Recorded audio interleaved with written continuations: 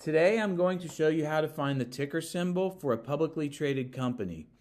A ticker symbol is an abbreviation used to uniquely identify publicly traded shares of a particular stock on a particular stock market. It may consist of letters, numbers, or a combination of both. In the United States, ticker symbols are typically between 1 and 4 characters long.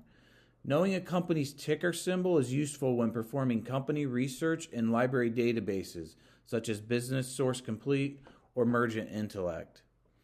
To begin, let's open a web browser. Once our browser is open, we'll type Google Finance in the address bar at the top of the page and hit enter.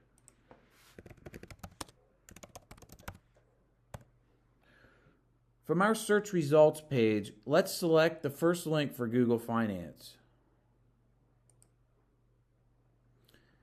Here on the Google Finance homepage, we'll type the name of a company in this search box at the top.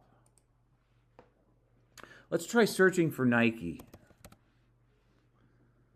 You'll notice that we don't need to hit enter on our keyboard to search because a drop-down list shows us Nike's ticker symbol just below the company's name.